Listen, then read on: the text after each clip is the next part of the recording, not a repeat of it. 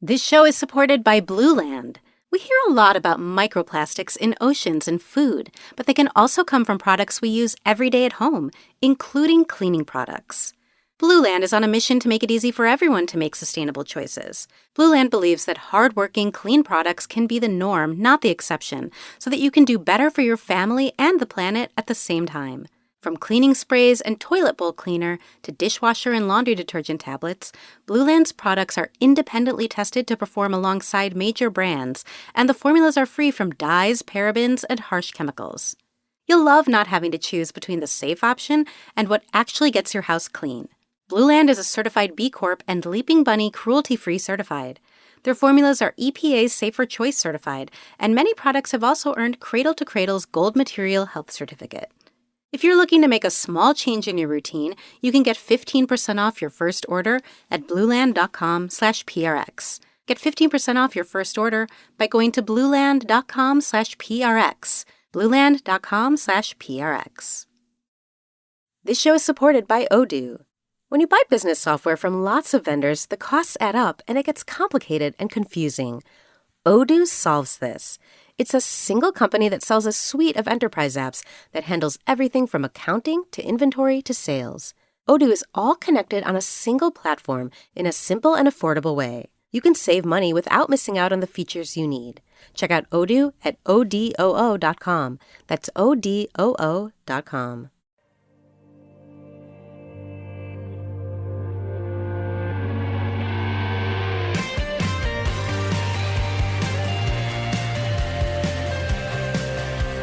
From Escape Collective, this is Overnight Success, the podcast about the entrepreneurs, the personalities, and the passionate people who make up the sport of cycling and the stories behind the icons they've built.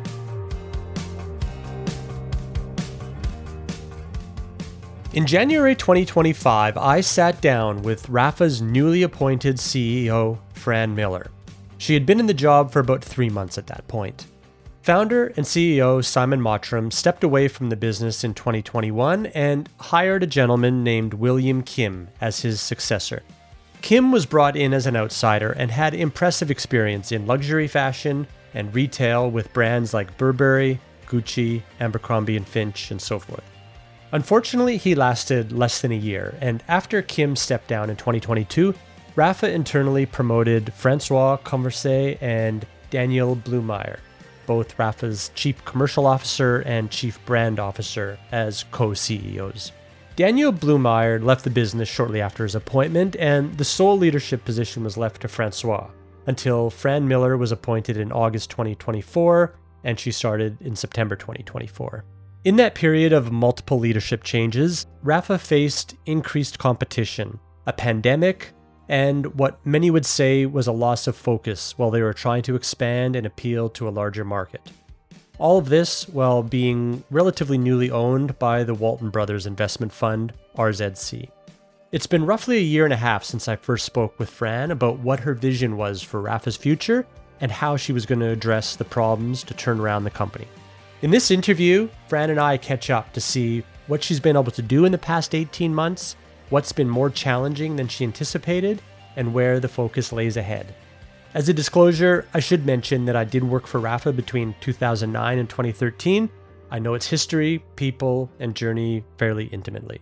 This is my chat with Fran Millar, CEO of Rapha.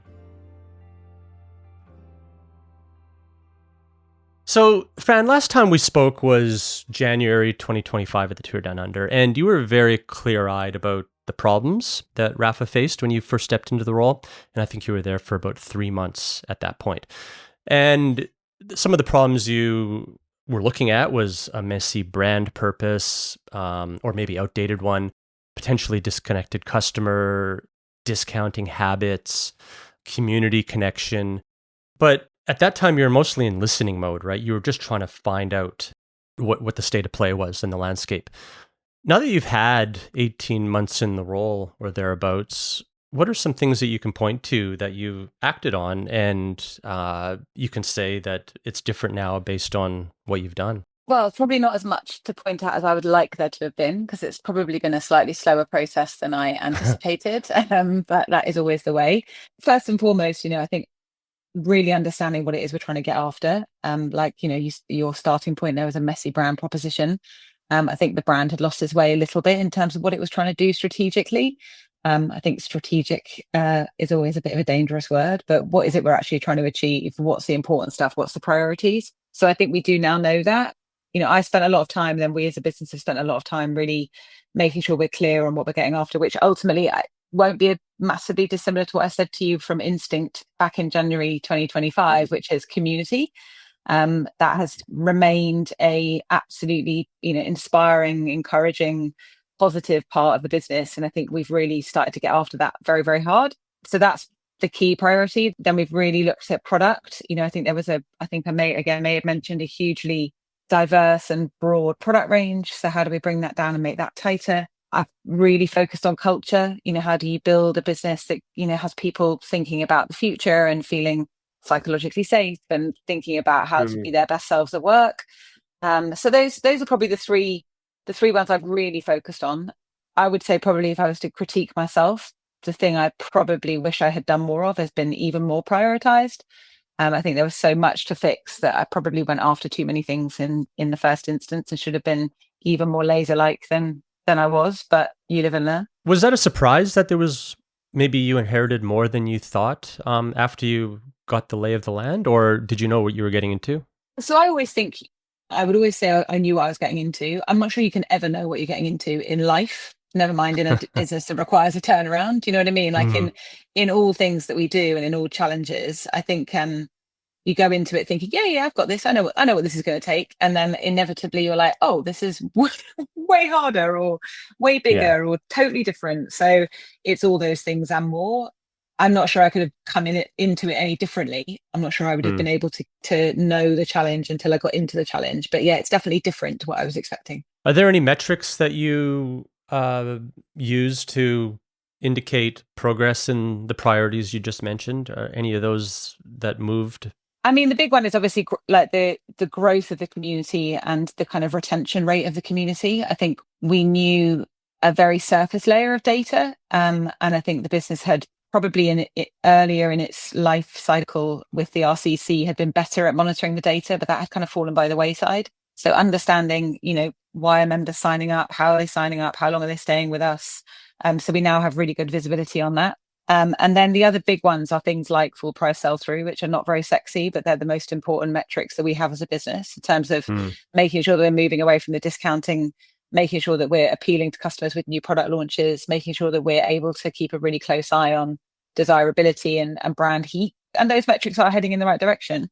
But ultimately, the challenge is big. And I think probably my ambition around how much growth I could get while doing the amount of change I was doing was probably a little bit unrealistic. When you say the community, you refer to RCC specifically, is that correct?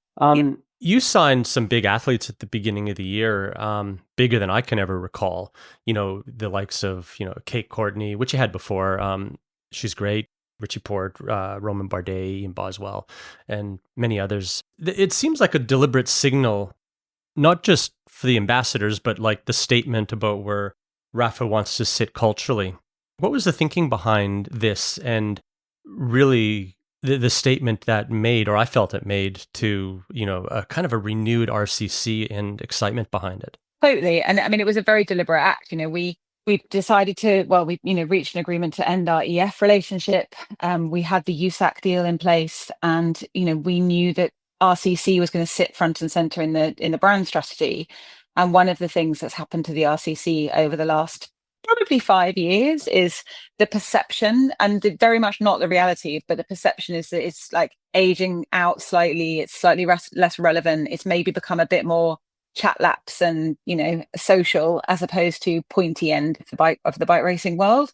And whilst I think there's space for the RCC to be both, I think it's just really important for us to show that the RCC and the club and the community that we have is aspirational and is high performance and is about going fast on bikes. So the best way to do that is to get the best members in the world into the club, right? And that's what we did with the athletes. Yeah. You just mentioned the USAC cycling partnership and going away from EF, which was quite a big strategic shift. You're swapping a global pro peloton presence, which you're very familiar with, to a federation relationship in the lead up to the Olympics.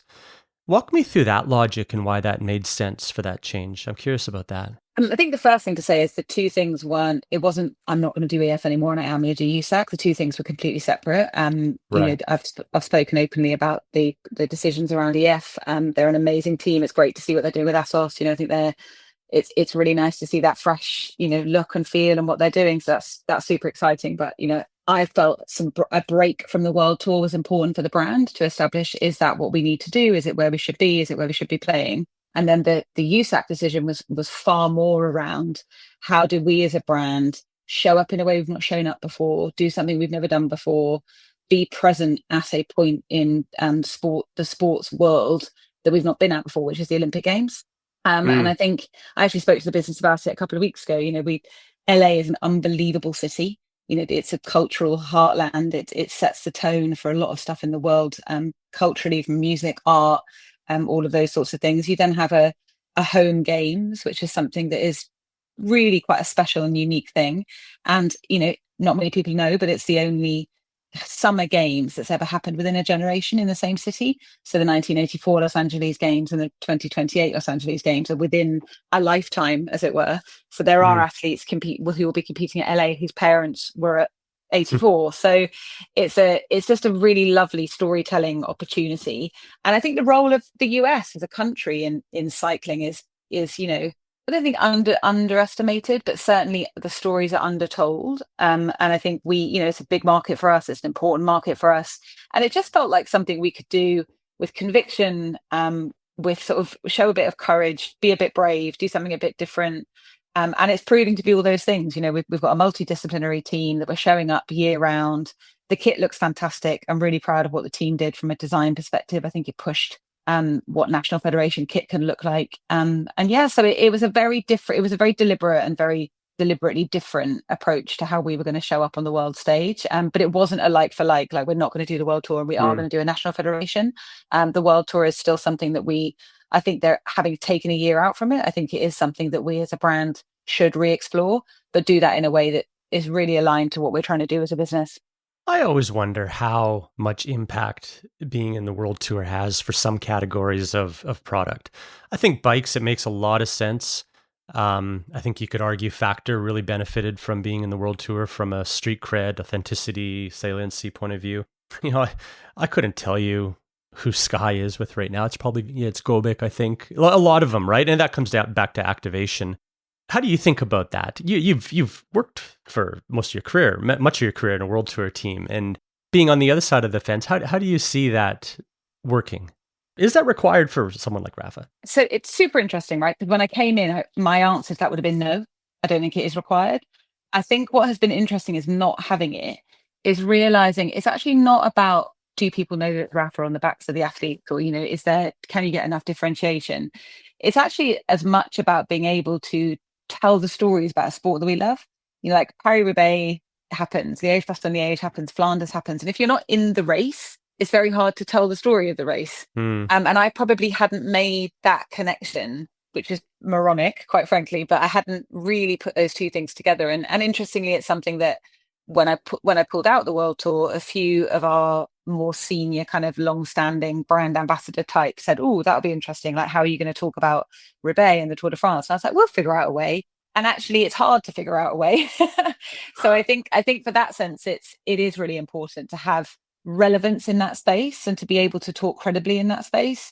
I probably stand by my thinking that it doesn't have the cut through and the differentiation and the appeal beyond the sport, like outside of the endemic echo chamber. It doesn't do a huge amount for you unless you're working with a team that has true global footprint and true global appeal, and they're few and far between. So I think there's merit in it for sure, and I think it's something that you have to go into with your eyes wide open because it's a big undertaking.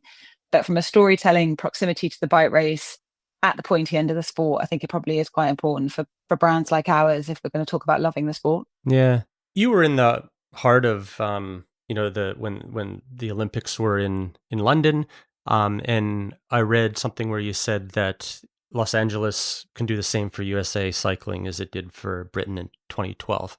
How could you see Rapha's benefit in that and how to play a part? Is it the storytelling? Is there something more from an activation point of view that you guys kind of envision, or what does that look like? I think it's partially storytelling. I also think it's, like I said, this kind of the cultural center of LA. I think when you look at what the really big global brands do around the Olympic Games, it's a moment to inspire beyond your own little circle of influence. And cycling is a niche sport.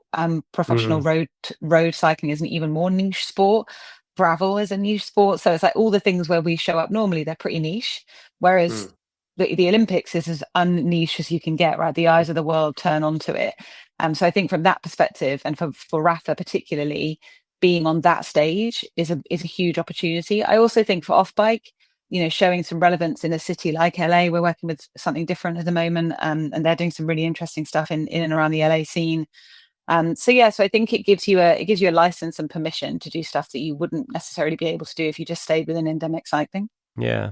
And I think there's also the other big thing for us is there is a really strong performance element to it, particularly when you look at the track cycling side of the sport. There's a huge amount of consideration around aerodynamics and thermodynamics and all of those sorts of things that are very condensed upon one moment in time.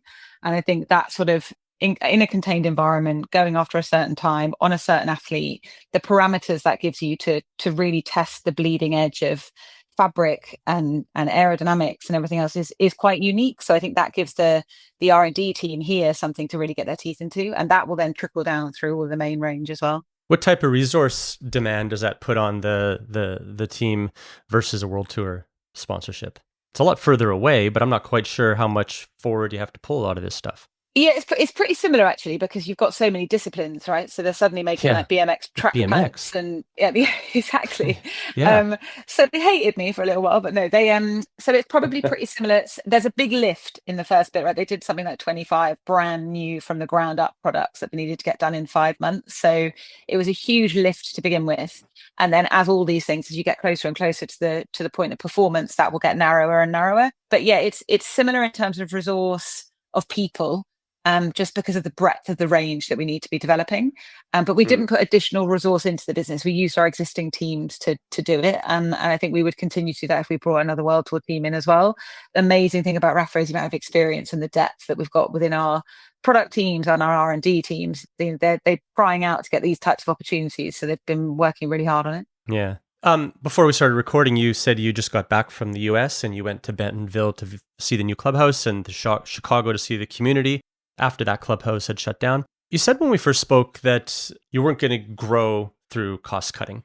And I'm curious about the decisions that led up to the clubhouse, because I think a lot of people were taken back by that. How do you square that with, the decisions made strategically, and were these aided by leases ending and stuff and that, or were these just a time for an evolution? Can you just maybe talk a little bit about that? So so firstly, no one needs to be a genius to work out that in 2017, the business started putting down a lot of clubhouses, 2017, 2018, and 10 years later, we're looking at that portfolio properly. So yes, there's a pragmatism around the lease renewals, but far more than that, and of course there's a pragmatism around the costs. So I'm not going to hide away from the fact that when you look at the P&L, the clubhouses are a significant challenge, but they are fundamentally important to the work that we want to do within community.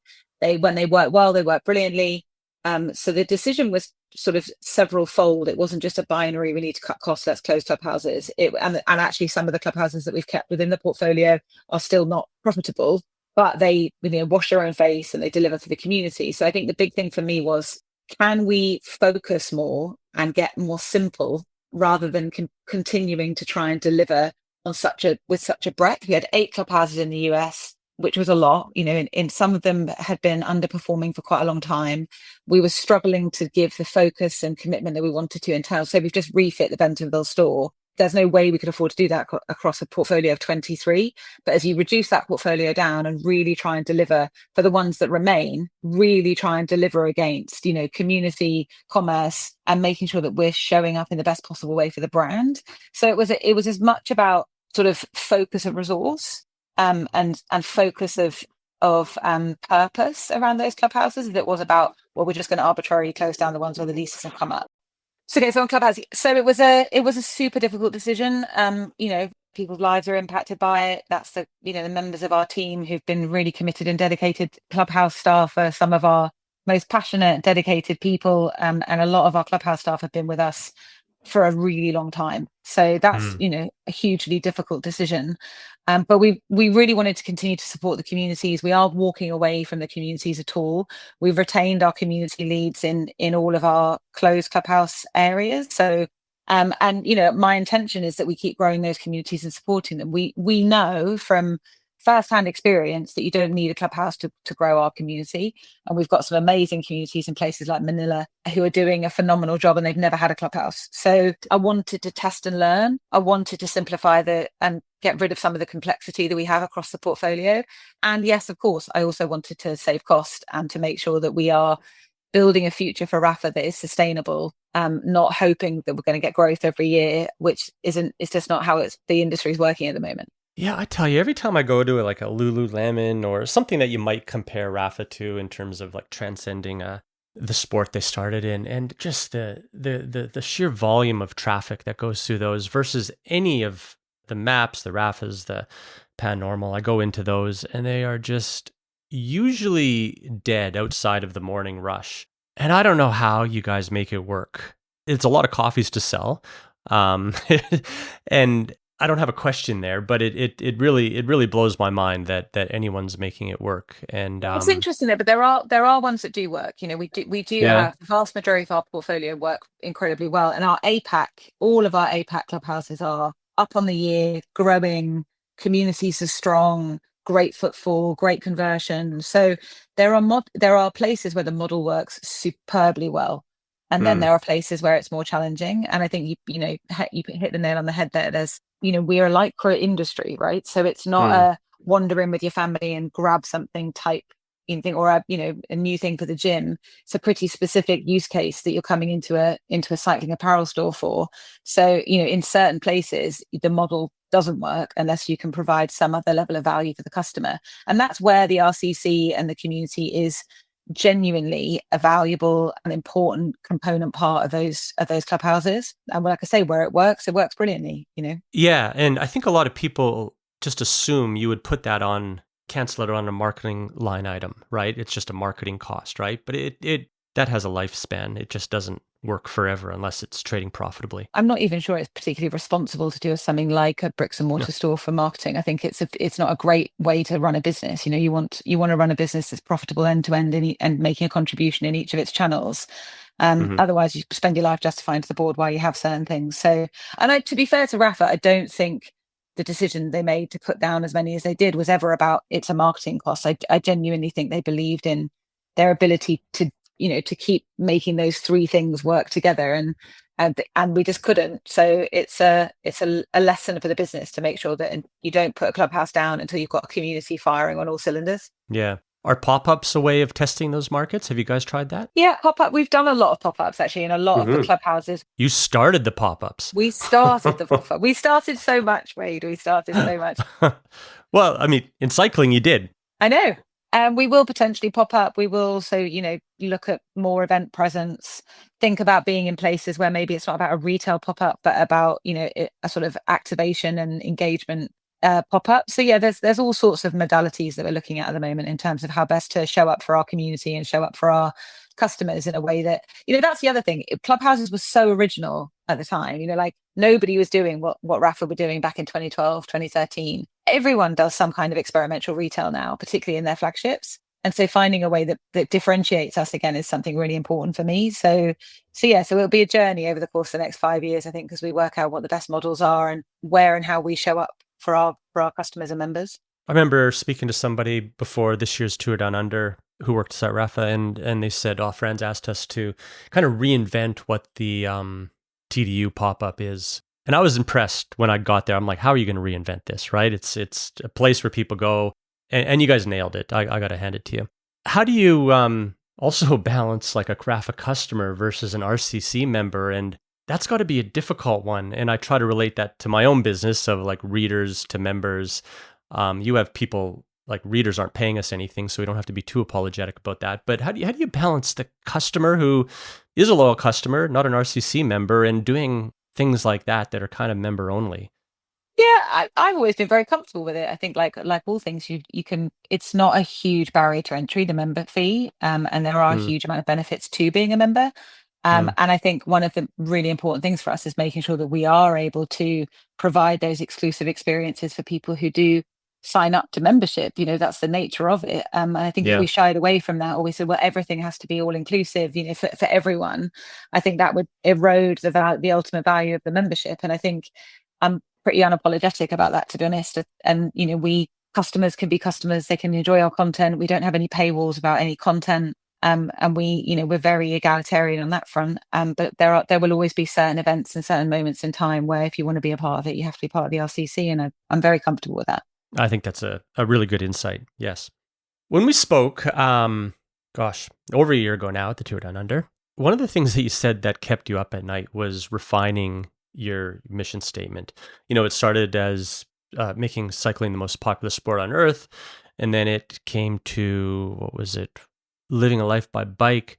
And you said you needed to get that right, and it was something you were taking a long time for.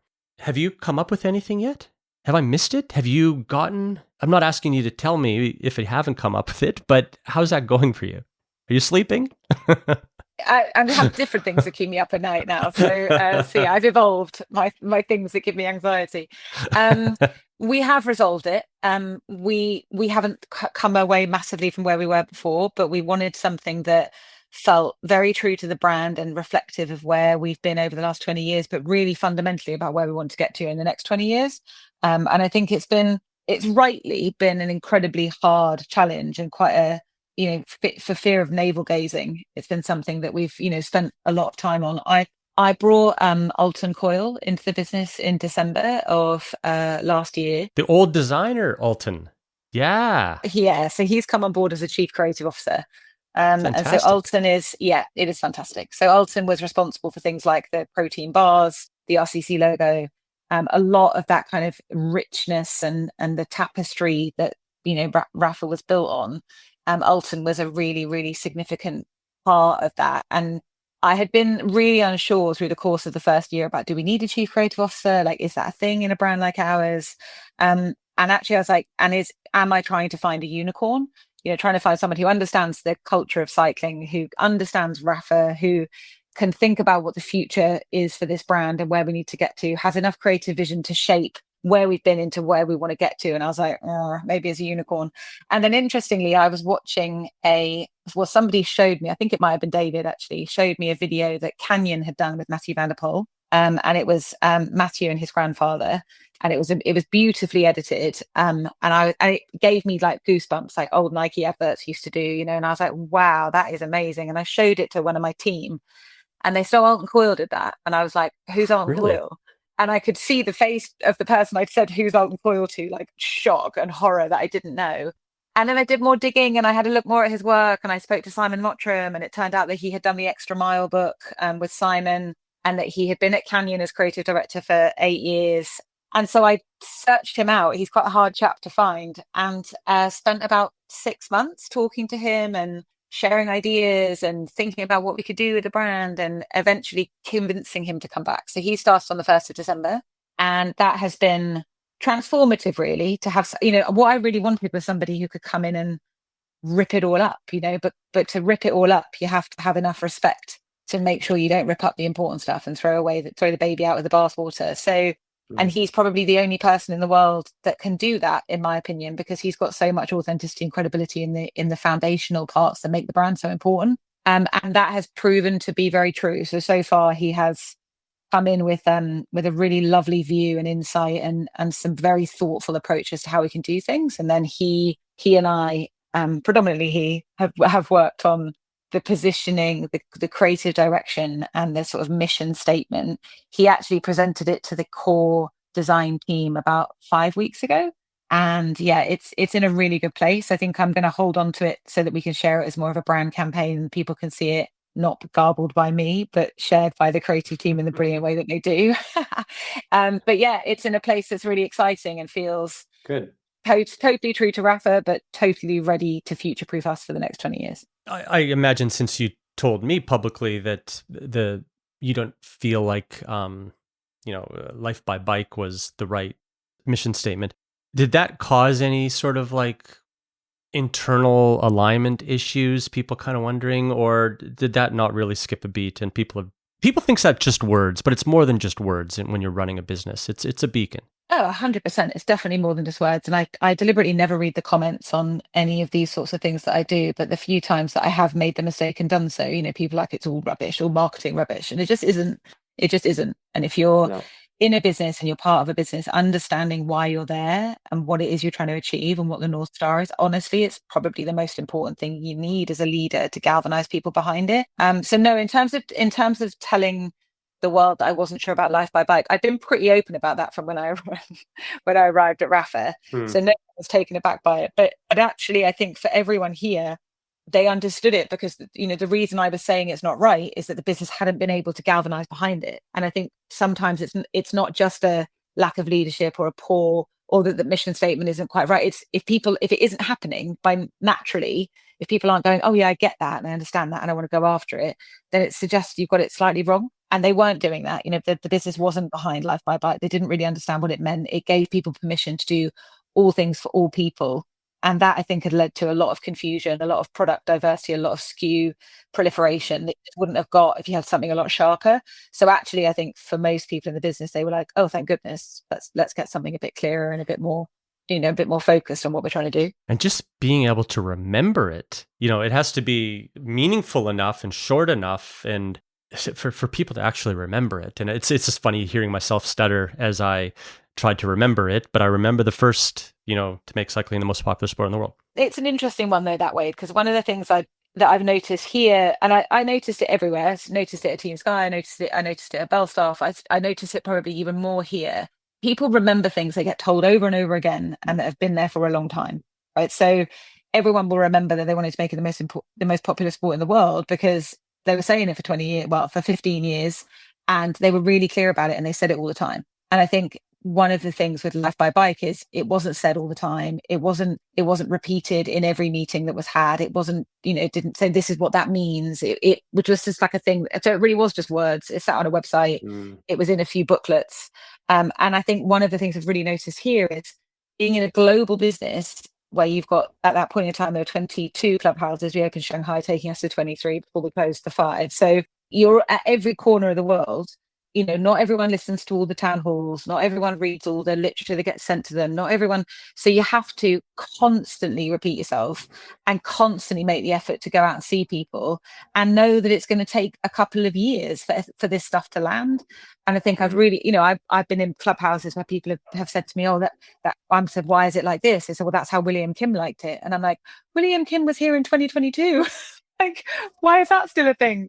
And that's just the nature of people, right? They get a thing, they hang on to a thing, and then they sort of, until they're told specifically, this is the change, and this is what I want the change to look like, and this is how it's going to feel. And then they see it and they feel it day in, day out, day in, day out. People don't remember it. Yeah, agreed.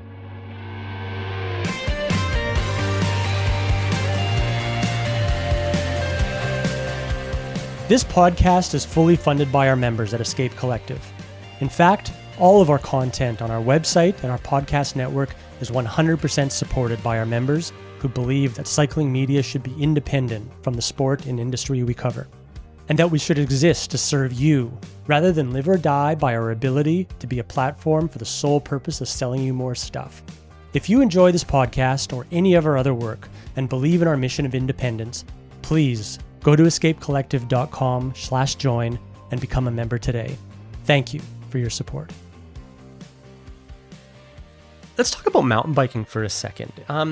Your heritage and visual language is very road coded, and mountain biking became an ambition. It was talked about as an ambition for quite a while, but shortly after the business was sold to the Waltons, who are known to be keen mountain bikers. I don't know if that had anything to do with it or not, but you guys got into mountain biking. It's been about 5 or 6 years in that space, and has the ambition changed? Has there been any realizations that this is harder, or have you needed to focus on road as a reset, or how do you think about mountain biking and the long-term future of the line? So I think firstly, with anything, whether it's in this industry or this business or any other, if you're going to do anything new, you have to know why you're doing it, and then you have to have the courage of conviction to stick to it and keep doing it and be consistent and accept that it's not going to be an overnight success, and understand that you're going to learn. It's going to take probably 2 or 3 years to embed. And I think mountain biking for Rapha is no different to that. I think I wasn't here when these decisions were made, but we decided to go into it. We brought in quite a big range. We then didn't get the sell-throughs we wanted, so we pulled back that range. Then we started discounting. Then we tried again, and a bit like all things that have been problematic here, it lacked the direction and the clarity of what it was trying to be, and therefore, when it came up against the sales or like a hurdle with regards to hitting its numbers, it became easier to be like, oh, well, we'll do less of it. We'll do it differently. So I still think mountain biking is important to Rapha. I always will. But I think doing it in a way that is consistent and considered is really important. So in the first instance, the range that we have is relatively small. It's really great quality. Our Gore-Tex pants, the knee pads, the shorts, they're all fantastic products. And I think we should stick with that for the time being while we get the rest of the business sorted. And then once we're in a very clear position with our road proposition, we can then reassess how do we go after mountain bike in a considered and consistent way. So it's not something that I've taken off the table. I think it's a really important part of the brand. But is it a focus right now? No. Yeah, so for right now, mountain bike represents an important category that we have a really nice range in, that we will continue to support, but that we're not going after aggressively from a customer acquisition or anything else. It's in there as a pillar, and I think it's something that once we've done the other priorities that we need to get right, then we can turn our attention to that and go after it with conviction. Yeah. In women's cycling, I'd argue that Rapha was trailblazer in apparel for women, and you've done some amazing work in the early years in diversity, and a lot of other apparel brands have caught on to that and caught up to you guys. And I know that it represented single digits in terms of percentage sales at one point, and it appears, just from my observations, to be growing. And I know from my own experience, it is an extremely hard, difficult market to address and to grow, and we all want it. How do you think about the opportunity, your own desire to make it work, and then the commercial reality sometimes that it's sometimes a slow thing, or is that not what you found? I'm curious to know more about how you think about that. Yeah, it's a super interesting one, because I feel like we have a really big opportunity in women's apparel and in women in cycling as well. I think you're right. We were one of the pioneers in not just in the apparel space, but the Women's 100 was in 2013, like way before anyone else was talking about doing anything considered with cycling for women.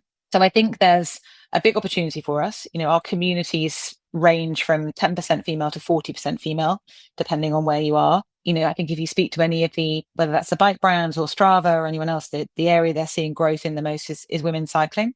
So personally, I think it would be an absolute own goal to not go after women's in a really, really focused way. The thing with women's cycling for me is very similar to what I used to say at Belstaff when people said, oh, we need to get a women's wear better.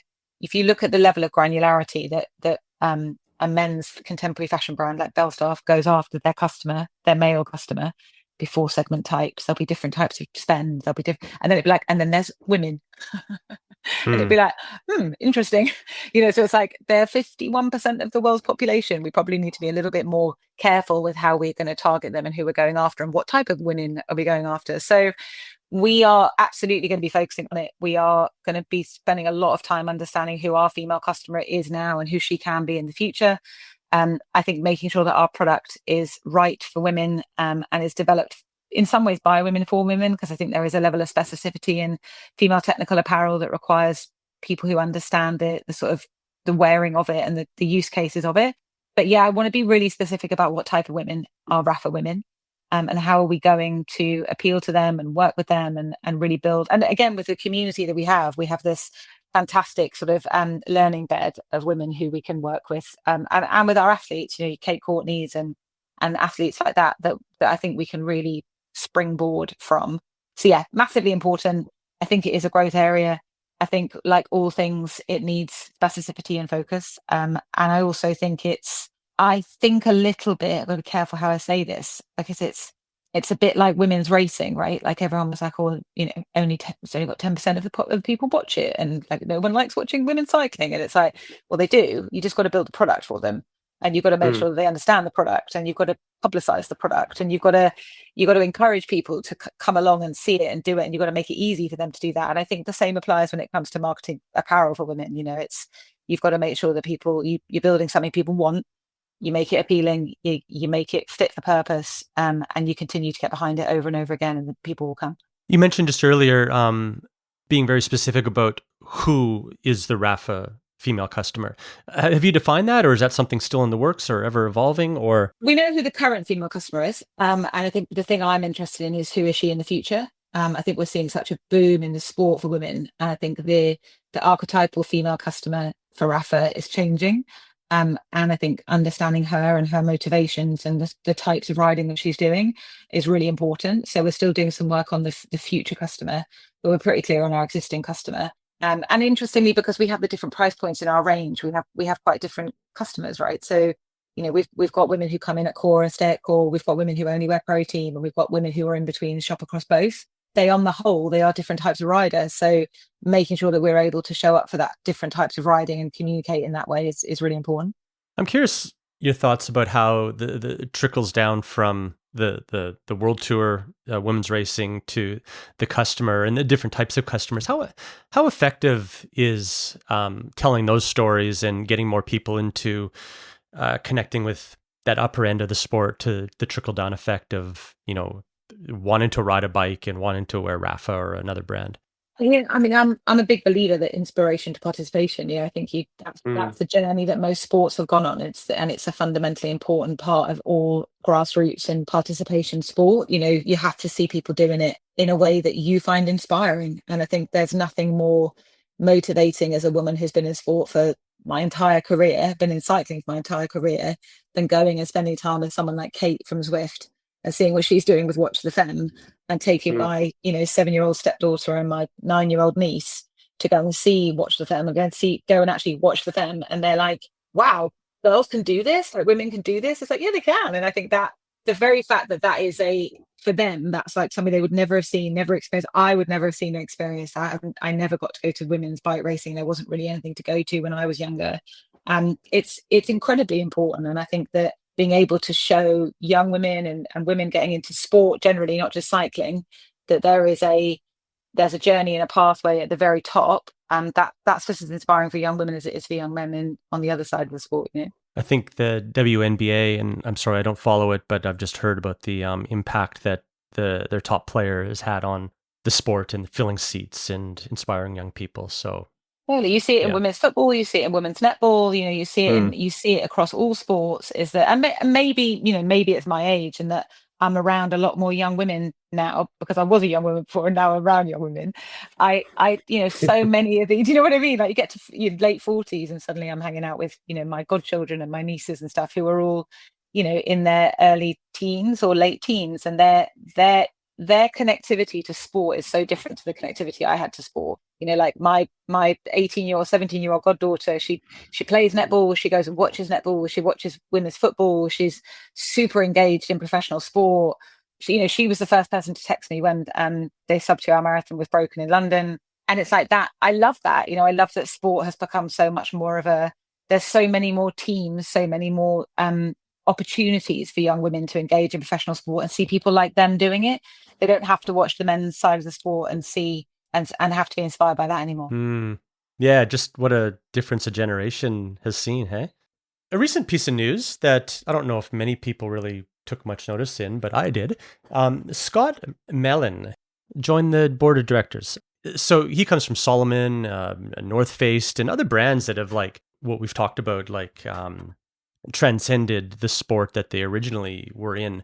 What does he bring to the table? Maybe it's that, I don't know. What does he bring to the table, and what's his actual day-to-day involvement? Or is it more of a monthly type of board involvement? Yeah, so basically when I took on the role here, I was very clear with the board that I had at the time that, I don't come from an apparel background. I'm not a retailer. I'm not, I don't know how to do e-commerce or that kind of stuff. I spent 4 years at Belstaff, but that's a tiny amount of time really in the grand scheme of things. And it had a very different channel structure. We were almost 50% wholesale at Belstaff. And I do think contemporary fashion is very different to technical apparel.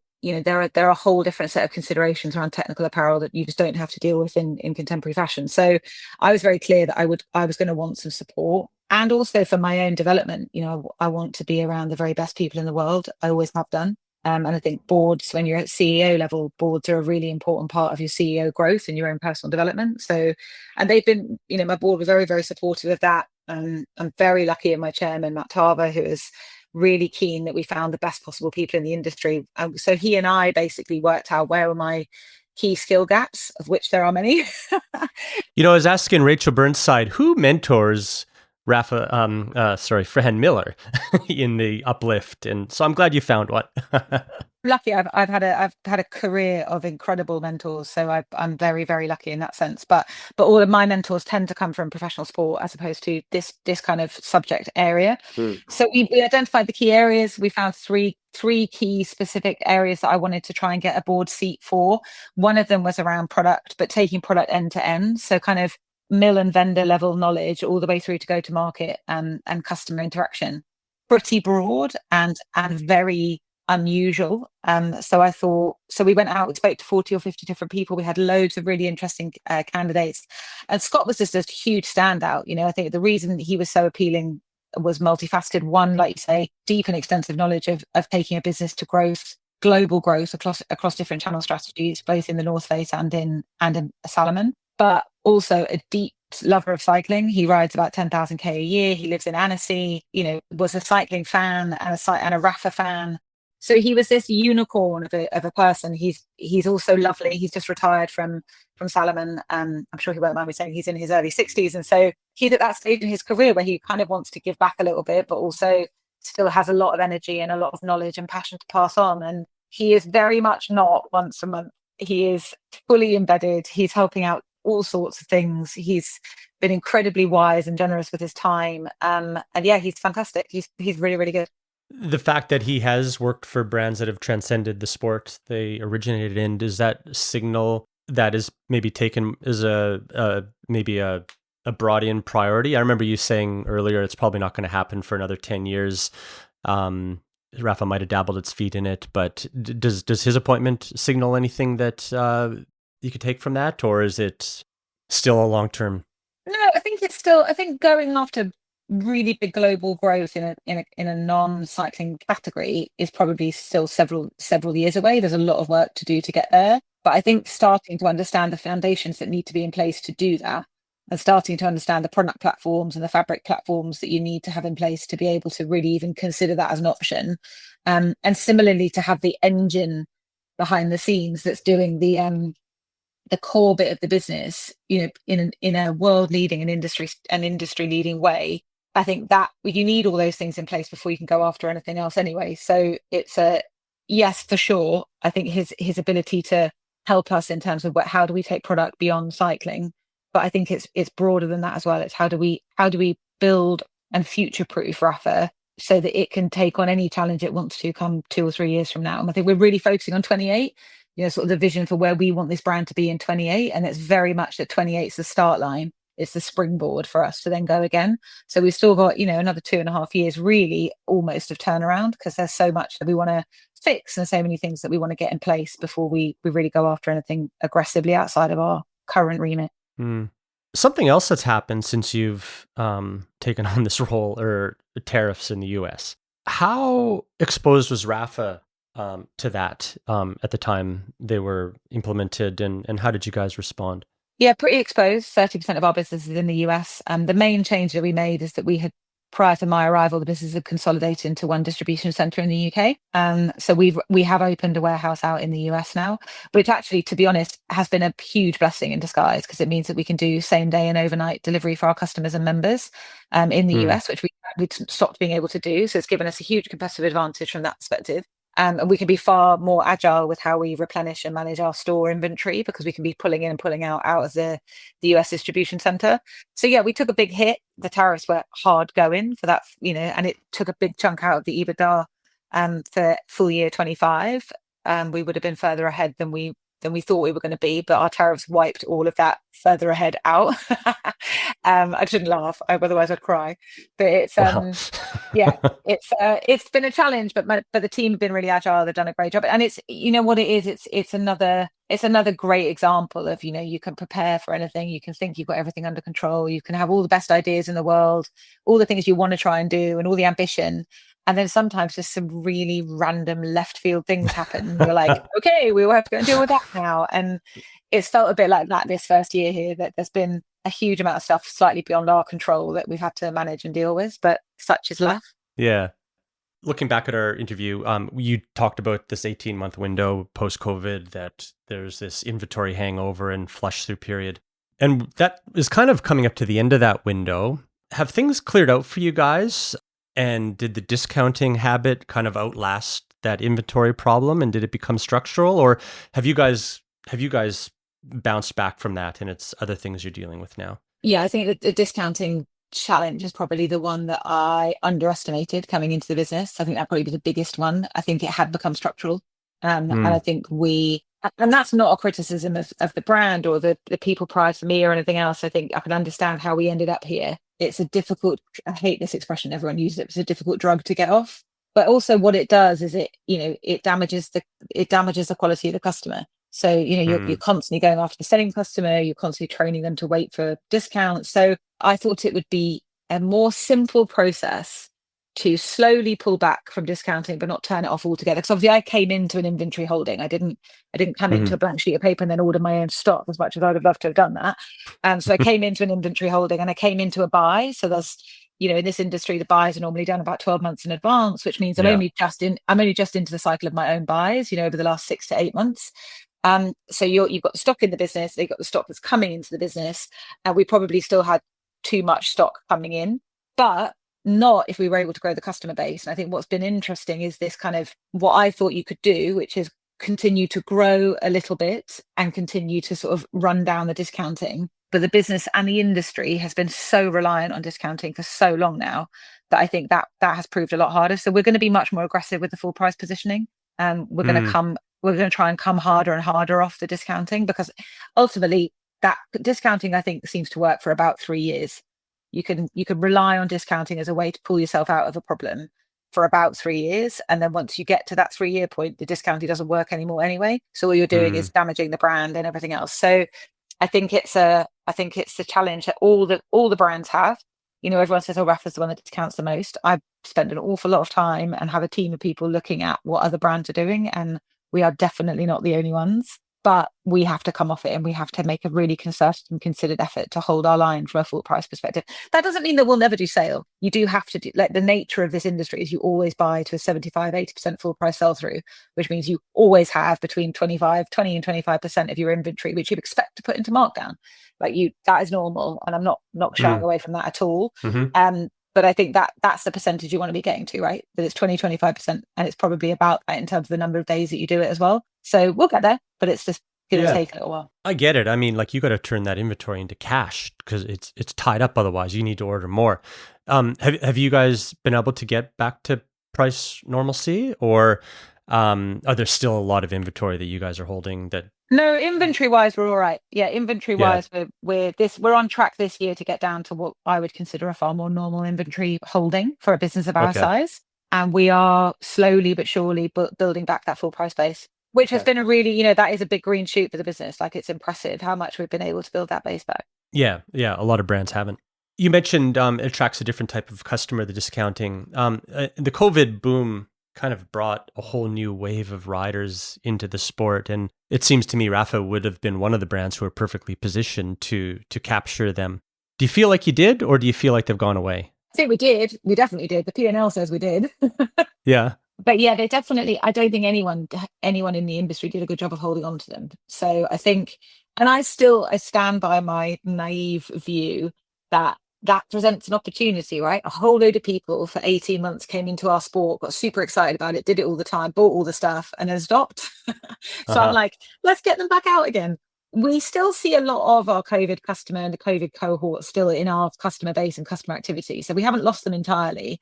And interestingly, when I go and ride, particularly in APAC, The vast majority, well, certainly 70% of the people that I ride with will tell me they're a COVID rider. So they seem to have stuck with it a bit harder in APAC, and we seem to have lost them a bit more in Europe and North America. Yeah, right. I don't know why that is, but yeah. Yeah. Yeah. I don't have an answer, but do you think ultimately it pulled forward demand from the current customer base? Maybe that's why it was showing up on the P&L, or do you know, is there data that supports that you attracted a totally different customer during that time? Totally different customer. Yeah. Yeah, it's a totally different customer. The volume alone speaks to the fact it was a different customer.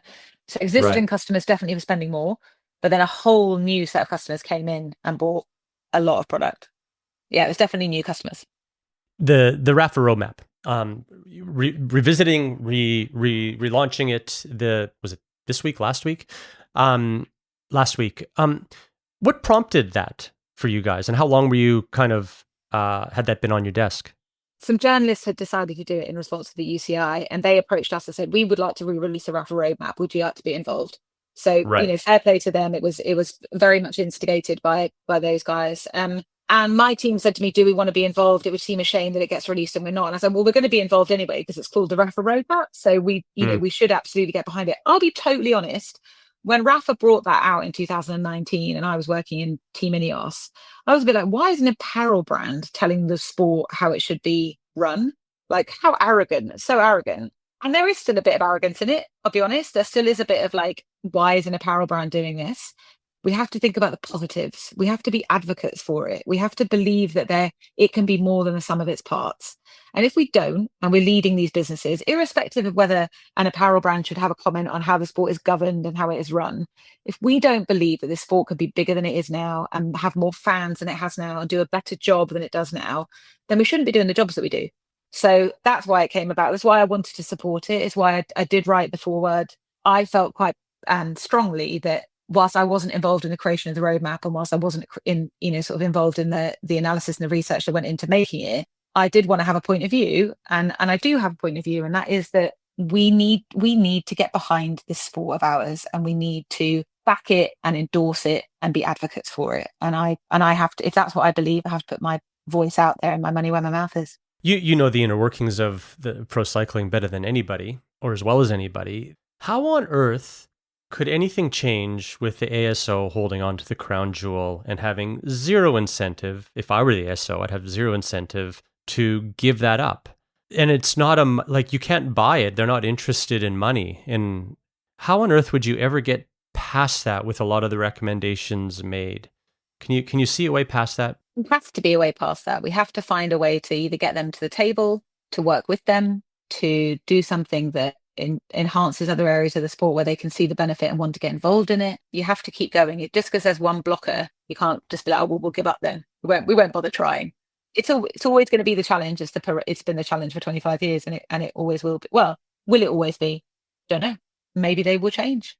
Yeah, it's. It's. Have you read the book Le Freak? It's about. No, someone else recommended that to me. If you want the hour version, I did a podcast with a guy who wrote it. It's fascinating because if you remember, the ASO didn't start the Tour de France, right? The Auto did, and how they acquired it's a fascinating story. But it also just speaks to the legacy and the national pride and so much more than money. And I agree, you shouldn't sit back and throw your arms up because the ASO is never going to do anything. But I do have a hard time seeing practically, except for going on strike for a couple years, like having every team agree to go on strike. Then there's the sort of unintended consequences of the riders affected saying, "I'm riding anyway." And there's all these, it's a tough problem to solve. Like, I agree with you. I don't think it will ever come to strikes or teams, not because, to your point, I was in a team for 12 years and it's like, we're going to the Tour. Whatever's going on, whatever's happening politically, we're going to the Tour because it's where our partners need us to be. It's where our riders want to be. And it's the most important bike race in the world. And 85%, certainly in my day, 85% of all of the media and value that comes out of the sport comes from the Tour. So I agree, that's not going to happen. But therefore you have to believe that either the ASO will come to the table or a table will be set up elsewhere. Yeah. Don't know which of those two things will be. Did you follow the One Cycling, what was going on with that very closely? I didn't follow it very closely, but I followed it and I was like, yeah. We'll see. Yeah. It's interesting seeing what's happening with Live Golf and the Saudi investment fund pulling out and the single source of financial failure with that, right? And seeing how quickly that rug could be pulled out from under you. And I mean, it relates back to the One Cycling, and that was where their funding was going to come from. And again, like you say, bring something to the table or get ESO to the table or create another table. But that other table's got to include the Tour de France always, doesn't it? Yeah, totally. And it's not an easy nut to crack. It's one of the reasons why I think when the roadmap first came out, I was like, really? But it doesn't mean that the sentiment within it and the beliefs within it are wrong. It's just how you get there. And I've never been, I mean, I get on very well with Jan Lemanier, who runs the ASO. I love the Tour as a race. But I recognize it's a political quagmire trying to work out how to fix it. It's not an easy fix, but it was never going to be an easy fix. And everyone involved in it, all the stakeholders, I still fundamentally believe that even the ASO would benefit from the sport being a bigger sport, right? So they might not need the money. They might not need the money, but they would benefit massively if the entire pie got bigger. So if we could find a way for the whole pie to get bigger and for the whole sport to be elevated, you can't help but thinking they would benefit from that massively as well.